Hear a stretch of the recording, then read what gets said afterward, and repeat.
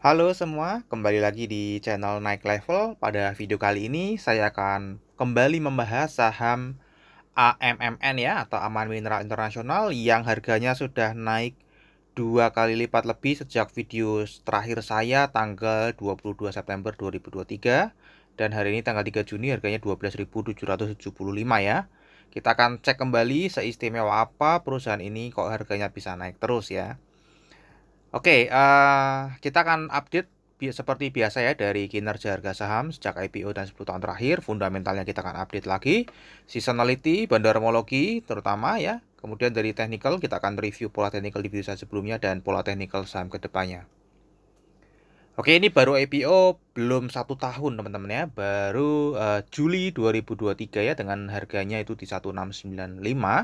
Dan per hari ini harganya 12.775 atau naik 753,7%.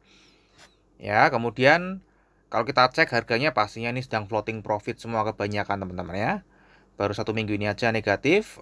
Di tahun ini aja sudah mau beggar kembali ya. Padahal ini baru bulan Juni sudah mau beggar lagi. Harga tertingginya pernah di 15.000, terendahnya ini pernah di 1.700. Ya, kemudian ini belum setahun ya, jadi nggak ada. Kemudian untuk profile company-nya, ini websitenya kalau teman-teman pengen cek lebih detail ya mengenai perusahaan ini dan terutama laporan tahunannya ya, di situ dijelaskan detail ya mengenai perusahaan ini ya. Bidang usahanya adalah aktivitas perusahaan holding, terutama ini yang paling besar adalah logam dan mineral ya, tembaga dan emas ya. Nah, ini adalah strukturnya. Ini saya potong karena ini kan Medco ya. Pemiliknya ini Medco, ini ke atas Medco ya. Jadi untuk Aman sendiri dia ada direksi, kemudian dan Pesona Sukses, ada Alfa Investasi Mandiri, masyarakatnya 17%, ini Medco ya. Medco Energy juga TBK di bursa ya, memiliki 20%. Nah, kemudian di sini ada PT Sumber Gemilang Persada ya. Di sini juga ada nama Pak Antoni Salim ya, miliknya Salim Group. Dia memiliki lewat PT Bakti Makmur Semesta ya, secara tidak langsung lewat PT Sumber Gemilang Persada. Kemudian di sini ini adalah pengendalinya ya, Pak Agus Projo Sasmito, keluarganya ya, lewat PT AP Investment. Nah, ini tadi sudah disebutkan ya, dia memiliki area konsesi ya dari 4 blok ya, ada 4 blok luasnya sekitar 25.000 hektar ya, ada di Sumbawa Barat dan Sumbawa di Provinsi NTB ya. Nah, di sini ada konsesi tambang batu hijau. Kemudian ini masih dikembangkan yang elang teman-teman ya. Jadi ini saat ini dia lagi mengoperasikan tambang batu hijau saja. Yang elang ini lagi proses pengembangan ya. Kemudian tadi kan dia perusahaan holding teman-teman ya, perusahaan holding yang hampir semua pendapatannya atau labanya itu berasal dari AMNT ya. AMNT ini tadi ya yang bergerak di bidang penambangan dan pemrosesan biji di tambang batu hijau Sumbawa Barat. Jadi masih batu hijau ya teman-teman ya. Penghasil tembaga yang berkualitas tinggi, kemudian mengandung emas dan perak juga ya. Kemudian ya AMNT juga akan menyelesaikan studi kelayakan yang di elang ya, dimana juga mengandung cadangan tembaga emas dan perak ya. Studinya akan diselesaikan tahun 2024. Kemudian ada AMIK, ini sumber daya manusia. Amin, ini juga untuk smelter, pembangunan smelternya karena kan memang diwajibkan oleh pemerintah. Kemudian ada ANG, ini sedang membangun proses fasilitas untuk regasifikasi dan penyimpanan LG. Nah, ini saya resum dari laporan tahunannya yang saya bisa sederhanakan teman-teman ya. Jadi kalau teman-teman pengen tahu lebih detailnya bisa baca sendiri. Ini saya sederhanakan mungkin per tahun 2023 itu cadangan di elang, biji elang ini ada tembaganya adalah 10,396 juta pon dan emasnya 15.000 ons, jadi 15 juta ons ya. Ini untuk yang elang ya teman-teman ya. Elang ini belum berproduksi karena masih diproses ya. Kemudian yang saat ini ya di batu hijau itu ada 6.213 dan 7.500. Ini realisasi yang berhasil diproduksi di tahun 2023 dan ini target di 2024. Jadi umurnya ini yang batu hijau saja ya, kalau misalnya dengan produksi yang targetnya 2024 saja tanpa ada pertumbuhan, itu umurnya masih untuk tembaganya masih 13,6 tahun dan emasnya 7,4 tahun ya. Untuk elang kalau sama ya dengan target produksinya, ini umurnya 22,8 tahun dan 14,9 tahun, dan elang ini merupakan tambang tembaga emas terbesar kelima di dunia ya, dan baru mulai berproduksi nanti di tahun 2031. Jadi mungkin ini yang dilihat ya oleh investor asing, karena nanti kalau kita lihat di bagian investor asing ini membeli saham ini terus teman-teman ya, terus-menerus membeli saham ini. Padahal kalau kita lihat secara valuasi sama sekali nggak menarik ya, tapi ternyata mungkin yang mereka analisanya berbeda ya dengan kita ya, karena dia melihat oh ternyata ini masih dalam proses bangunan smelter, masih pengupasan fase 8, fase 7 ya, jadi belum maksimum, mereka belum memang kinerja saat ini belum menunjukkan hasil yang maksimum dari perusahaan sendiri karena ini baru proses teman-teman ya.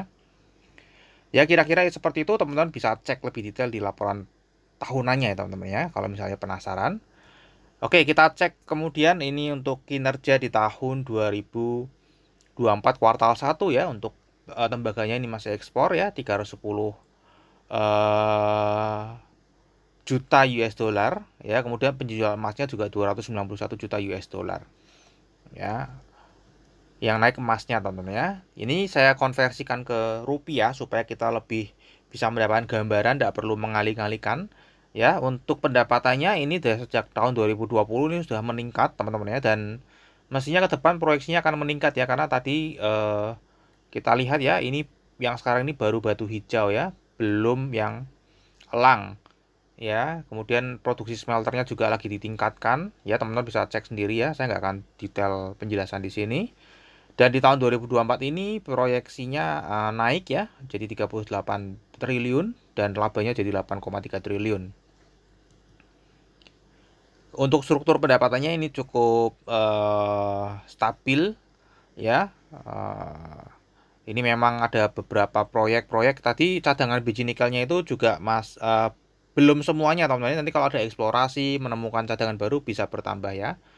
Saya lupa menginfokan. Kemudian ini adalah detailnya teman-teman ya. Untuk tadi kalau dikonversi ke rupiah ya, pendapatannya ini naik 6,7% dari 8,9 triliun jadi 9,5 triliun, dan labanya ini turun ya, 2,6 triliun jadi 2 triliun saja.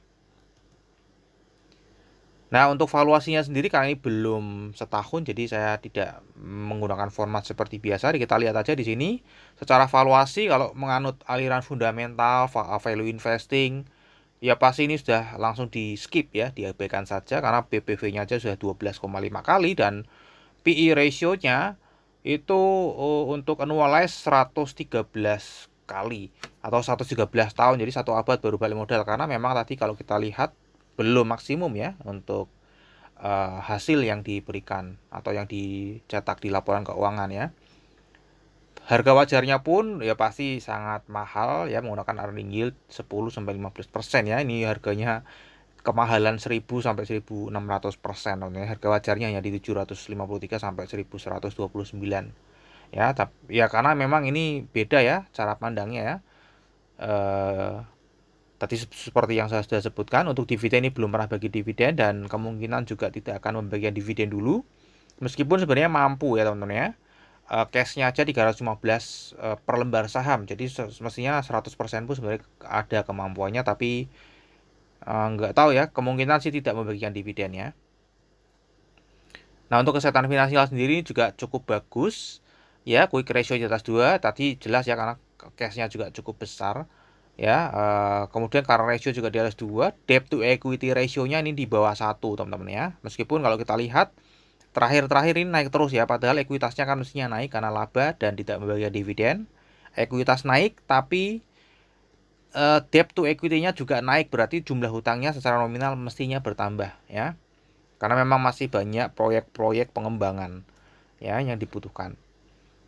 Nah, ini yang cukup menarik ya secara seasonality, meskipun datanya belum cukup, tapi kalau kita lihat dia setiap bulan ini hampir selalu naik ya.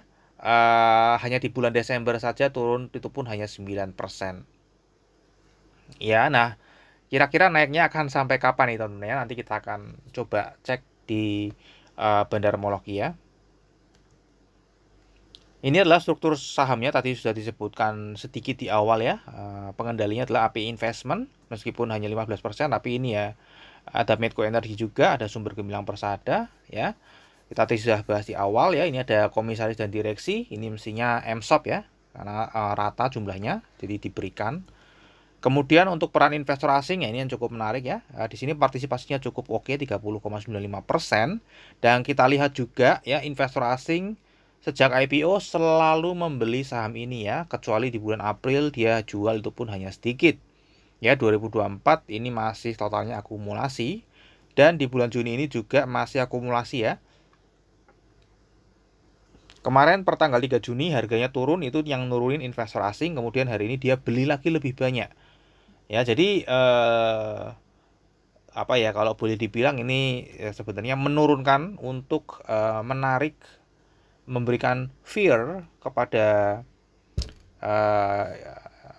pemegang ini ya, kepada investor retail lokal lah ya, untuk memberikan barangnya di harga bawah ya. Kan betul saja per hari ini dia memborong lebih banyak daripada yang dia jual kemarin. Nah, ini jumlah kepemilikan retailnya.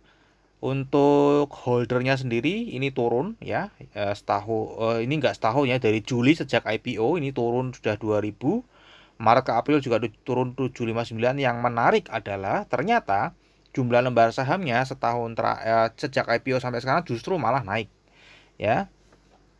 Ini naik teman-teman ya, 76,2 juta, Maret ke April turun ya. Dan rata-ratanya di sini malah naik ya. Jadi apa, yang besar-besar ini malah justru menambah kepemilikannya, kira-kira seperti itu. Yang kecil-kecil pada keluar. Nah, kalau kita cek teman-teman ya dari sini, sejak IPO, karena ini belum setahun ya, kita lihat di sini garisnya ini turun, jadi sedang distribusi sejak IPO sampai per tanggal 31 Mei ya. Kemudian secara Bandar Detektor ini terlihat big distribution.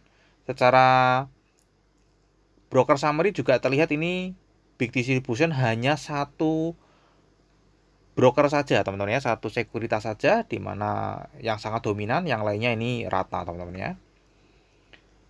Nah, kita lihat teman-teman ya, secara lebih detail di sini.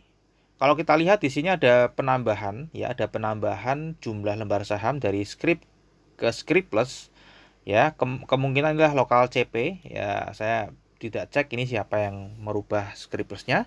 Cuma kalau kita lihat secara overall ya, dari Juli sampai per Mei ya, tadi kan data ini per April ya teman-teman ya. Untuk investor retail ini kan per April, karena bulan Mei belum muncul angkanya.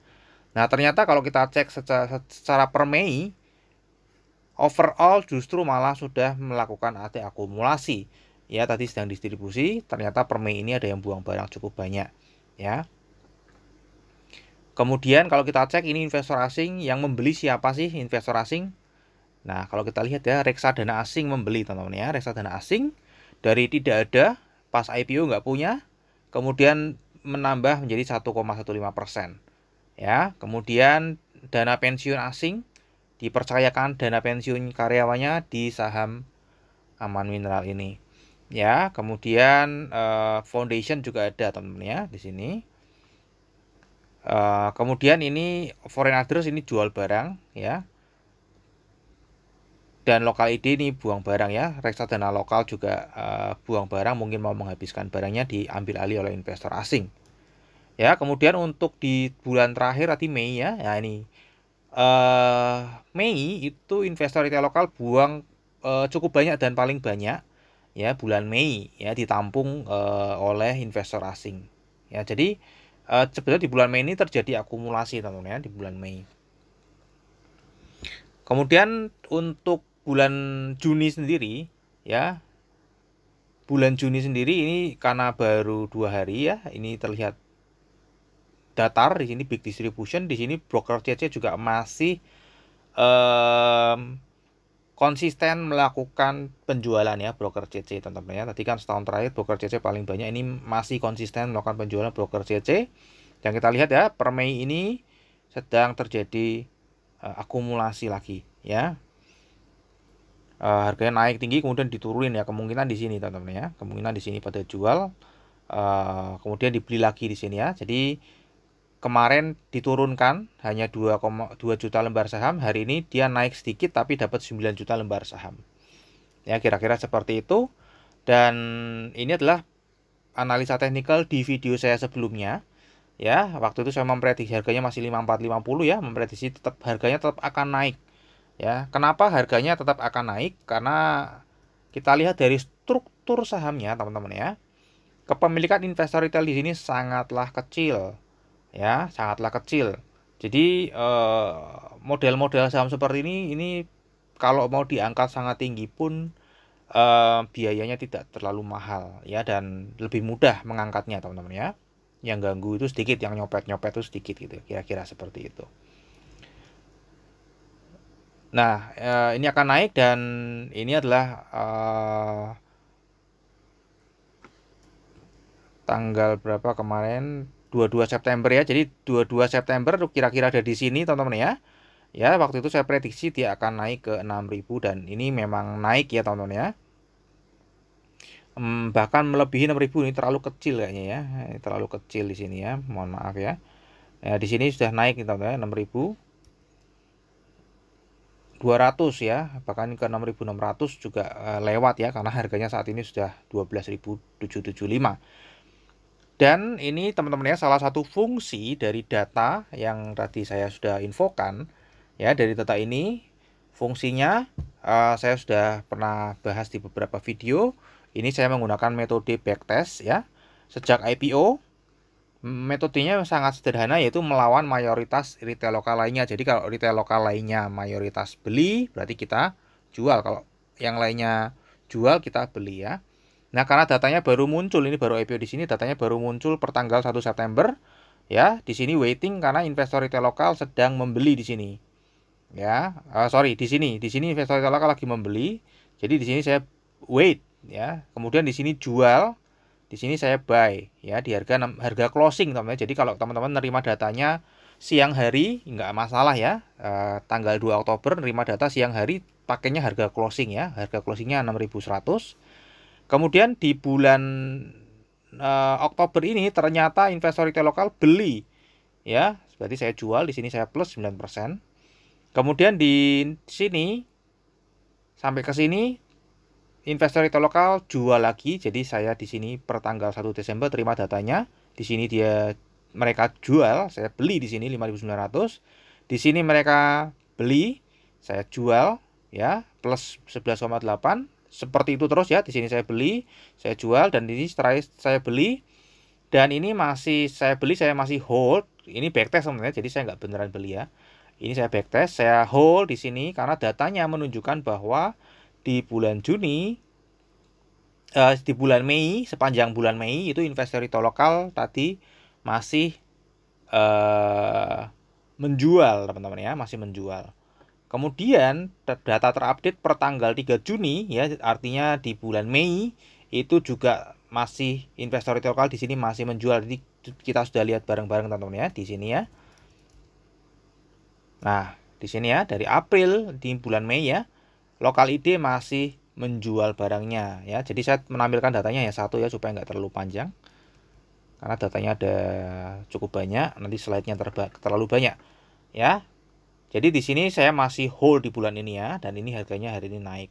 Ya, jadi fungsinya buat apa? Mungkin teman-teman bilang ya, nggak perlu data ini juga, wong namanya saham pasti naik. Gitu ya, pasti akan untung terus ya. Ini kan untung ya teman-teman ya, dan untungnya bahkan lebih besar kalau hold di sini ya, nggak usah jual beli ini, bahkan untungnya jauh lebih besar. Tapi kan pertanyaannya, kita nggak akan pernah tahu kapan saham ini bisa turun, dan turunnya kita juga nggak tahu sedalam apa ya. Jadi data ini sebenarnya untuk menghindari ya tiba-tiba turun gini kan. Nah, di sini kan turun seperti ini, kita sudah sell dulu di sini kan. Nah, turun di sini, kalau kita nggak pegang data, kita akan keringat dingin di sini teman-teman ya, atau bahkan lepas jual ya. Padahal ternyata di sini saya beli, begitu diturunkan ternyata ini saatnya beli. Ya, jadi itu salah satu fungsi data kita bisa mengetahui ya. Dan ini masih saya hold kalau misalnya saya pegang ya, saya hold karena datanya masih menunjukkan masih bisa di hold untuk bulan Juni ini ya. Nanti di tanggal 1 Juli akan keluar data kembali. Apakah masih layak hold atau lebih baik dijual terlebih dahulu untuk mengamankan profit ya, daripada nanti terjun bebas ya. Karena ternyata distribusi sudah masif. Kita nggak tahu. Dipikir sahamnya akan naik terus gitu ya. Nah, ini adalah estimasi untuk sahamnya karena tadi hold mestinya biasanya ya teman-teman, biasanya kalau di hold harganya akan naik karena investor retail lokal di sini membeli ya. Ya semoga saja video ini saya ini tidak memberikan pengaruh yang sangat signifikan ya. Karena yang nonton kan nggak terlalu banyak ya, tidak memberikan pengaruh yang signifikan karena ini metodenya kan melawan investor retail lain ya, investor retail lokal lainnya ya. Dimana ya pastinya yang nonton ya investor retail lokal nih video ya. Ya mestinya nggak terlalu signifikan ya karena penontonnya sedikit, karena saya sengaja membuat format yang sama terus supaya tidak menarik ya, tidak membuat orang FOMO ya, formatnya sama terus dan membosankan gitu ya. Kemudian bulan Juli sebenarnya mestinya masih tunggu data, tapi biasanya akan tetap berlanjut ya. Cuma kalau pegang datanya kita bisa prediksi apakah ternyata turun di sini ya nanti ya. Oke, kemudian terakhir teman-teman ya, kita akan cek ke sahamnya dari fundamentalnya, kinerja jangka panjangnya naik, kinerja jangka pendeknya naik, valuasi mahal, belum pernah bagi dividen, forecastnya mungkin 0%, seasonality juga belum cukup data. Untuk bandarmologi dari Mei ke Mei ini sedang terlihat akumulasi ya setahun terakhir. Juni ini baru sementara terlihat distribusi ya, tapi untuk data fixnya nanti akan baru muncul per tanggal Juli ya, awal Juli ya. Untuk technical ini sedang uptrend teman-teman ya. Terakhir disclaimer ya teman-teman, jadi analisa yang saya bagikan di YouTube ini adalah analisa saya pribadi yang tentu saja juga bisa salah. Ini bukan ajakan jual atau beli saham AMMN ya. Silakan teman-teman tetap wajib melakukan analisa sendiri. Jadikan video saya ini hanya sebagai informasi pelengkap saja. Oke, semoga video ini bermanfaat. Kita akan ketemu lagi di video yang berikutnya.